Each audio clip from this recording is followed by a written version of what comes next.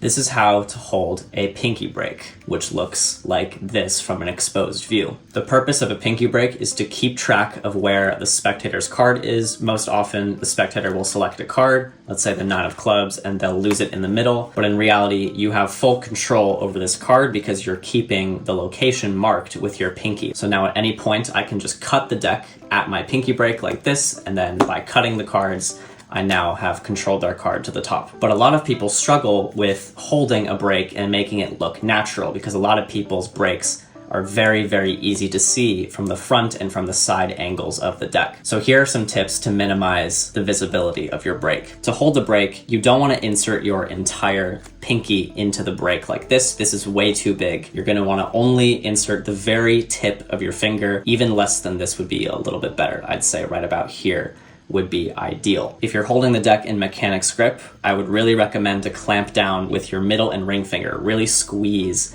downwards with those fingers so that it will close any visible gaps from the front. Another tip I like to give is to take your index finger and really hold it over this right edge of the deck, because this is typically where the break will be most visible, is on this right edge right here. So if you take your index finger and cover that edge like this, now the break is a lot less visible. Another tip to make your break look a little bit more natural is to not hold the deck and cover it super, super tightly, because if you look awkward holding the deck, then the spectator will suspect something is up. So a way I like to cover this is I keep holding my pinky break, but I will spread some cards like this and then kind of square them up messily. So now the deck is not very neat and it's very hard to see any type of gap or break in the deck. And this also kind of just gives the illusion that I don't really care that much about the cards and I'm not really keeping a tight grip or a tight control over them. This very loose spreading visual indicates that I am being a lot more carefree and I apparently don't really have any control over a particular card. It's a bit more of an advanced tip because you really need to be comfortable with holding a break and not letting it show.